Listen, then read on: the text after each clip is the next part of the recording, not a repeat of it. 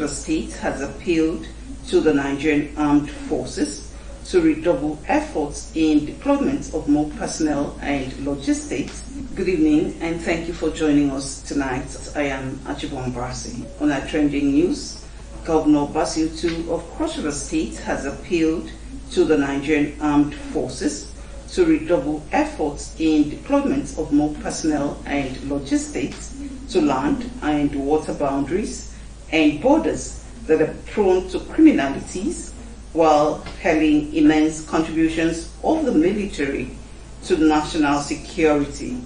The governor made the appeal when students of Senior Course 46 Study Group 4 of the Armed Forces Command and Staff College paid a courtesy visit on him. Justin Item has the reports. Established in 1976, the Armed Forces Command and Staff College has been at the forefront of developing competence of personnel to ensure professionalism in the discharge of their duties. Now, students of Course 46 Study Group 4 of the college are on a study tour to Calabar to interact with the people and get acquainted with security issues peculiar to Cross River State, as well as fashion out ways to tackle them.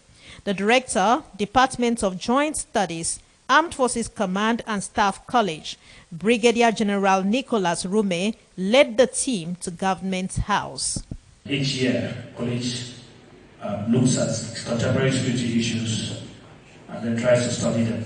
For this year, the college centered on a whole society approach in approaching security issues. And then we are trying to look at ways of which we can enhance our operational efficiency in delivering our mandates of military assistance to authority. Governor Basil II applauds efforts of the armed forces in building the expertise of its personnel to tackle emerging security threats towards safeguarding the nation. We are in some parts in the war frontier, as a matter of fact. And like I've mentioned, the length of that land border, we have just about four military bases or positions in between over 100 illegal routes. So you can only imagine, just that with the help of the Nigerian Air Force now and the drones, have been able to bridge some of the gap, but we still need some men. The study tour is in fulfillment of the Armed Forces Command and Staff College curriculum. In Calabar, Justina Etam, NTA News. The National Health Insurance Authority, NHIA, Act 2022, which repealed the NHIS Act of 2004, now mandatorily covers all Nigerian citizens and legal residents, but many enrollees are ignorant of its operational guidelines and their rights, leading to being shortchanged by health care service providers. This is the essence of this NHIA Cross River State Office Enrollee Forum, with the theme Enrollee Satisfaction, the heartbeat of NHIA. Paul Abel completes the story. The NHIA, established by the federal government, is meant to provide social health insurance for Nigerians and make healthcare service accessible for everyone. But there have been several bottlenecks, and Ken Testini, an enrollee, and others in this forum share their negative experiences as well as the impact of this forum. Doctor prescribe drugs for you. You will take their prescription to the pharmacy to have those drugs that the doctor has prescribed for you under NHIA. Sometimes they will even tell us that they don't have that kind of drugs, that we have to go and get it from outside. So these are the challenges. I really appreciated the stakeholders for organizing this kind of forum because they are helping us to be abreast with our rights. Since I'm under NHIS, I told them they give me an amount of 225,000. That NHIS only covers 70,000 naira. But I have to pay the balance of 152,000 naira before anything is done.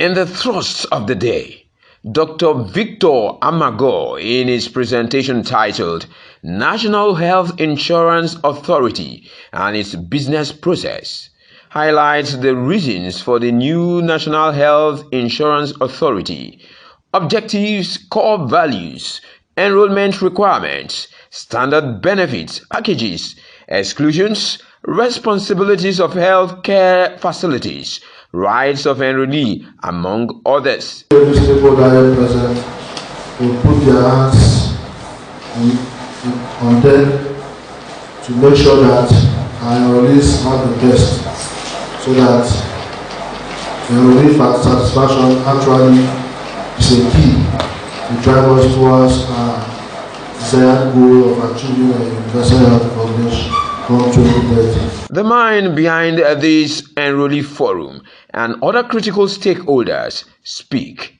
For the enrollees, who are the prime people within the context of the NHI ecosystem, that they need to be well enlightened, well informed, so that they can participate actively, knowing their rights within the ecosystem. Because there's inflation, we are unable to take care of the patient based on the tariff that we had agreed on. So I think they need to review tariff, and we need more education, and we need drugs that are NHIA patented.